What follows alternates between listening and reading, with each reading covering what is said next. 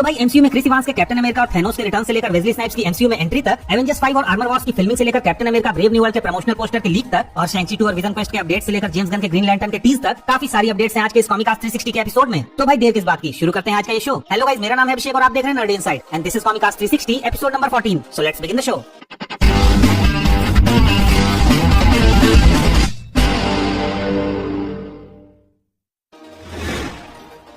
अब भाई रिसेंटली अपने Iron Man Robert Downey Junior की सीक्रेट वॉर्स में रिटर्न की सॉर्ट ऑफ कंफर्मेशन के बाद अब इस वीक कुछ लीक्स्टर्स ने ये रिपोर्ट किया कि क्रिस इवांस ने मार्वल स्टूडियोज के साथ एमसीयू में रिटर्न के रिगार्डिंग एक कॉन्ट्रैक्ट ऑलरेडी साइन कर लिया है। जहां रिपोर्ट्स की माने तो Chris Evans most probably MCU में 2 प्रोजेक्ट्स के लिए रिटर्न करेंगे, जहां एक तो ऑब्वियसली एवेंजर्स सीक्रेट वॉर्स होगा, वहीं दूसरा प्रोजेक्ट शायद नोमैड हो सकता है, जिसकी रूमर्स एवेंजर्स एंड गेम के बाद हमें हर दूसरे महीने सुनने को मिली जाती है। सो लेट्स सी, अगर ये न्यूज सही है तो आरडीजे की तरह क्रिस इवांस कब तक इस बात की कंफर्मेशन करते हैं।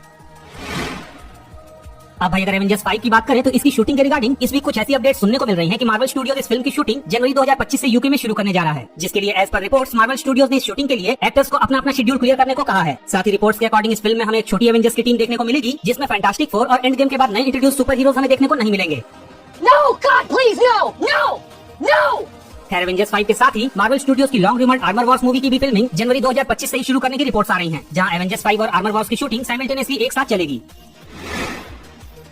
अब भाई एमसीयू में केवल आयरन मैन और कैप्टन अमेरिका स्टीव रॉजर्स का ही रिटर्न नहीं हो रहा, बल्कि एज पर रूमर्स एमसीयू के लेजेंडरी विलेन थैनोस का भी रिटर्न हमें सीक्रेट वॉर्स में देखने को मिल सकता है। जहां रिपोर्ट्स की माने तो फिल्म में हमें थैनोस का किंग थैनोस वाला वेरिएंट देखने को मिलेगा, जो कि as per comic books Thanos का एक ऐसा फ्यूचर वर्जन होता है जिसने सारे एवेंजर्स और सुपर हीरोज को मारकर अपना यूनिवर्सल जेनोसाइड का क्वेस्ट पूरा कर लिया है, और एट द टाइम वो ऐसे यूनिवर्स का किंग है जहाँ कुछ भी नहीं है, जिसकी वजह से वो बोर होकर अपने यंगर वर्जन को वहाँ बुलाता है, जिससे कि वो थैनोस के अलग अलग वर्जन के बीच अपनी सुप्रीमेसी को स्टैब्लिश कर सके।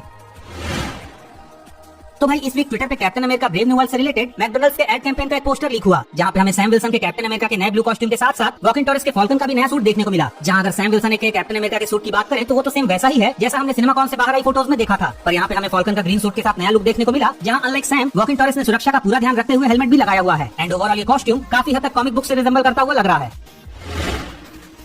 अब भाई नेक्स्ट ईयर की मार्वल वालों के प्रोडक्शन की स्लेट में एक और नाम जुड़ गया है, जो कि है शैंग-ची 2, जहां रिपोर्ट्स के अकॉर्डिंग इस फिल्म की शूटिंग मार्च 2025 से शुरू हो जाएगी। साथ ही ऐसी भी स्पेकुलेशंस है कि शैंग-ची 2, जिसका probable title wreckage of time हो सकता है, उसमें शायद फाइनली हमें शैंग-ची की चूड़ियों का ओरिजिन पता चले और उनका कनेक्शन हमें कैंग से एस्टैब्लिश होता हुआ भी देखने को मिले।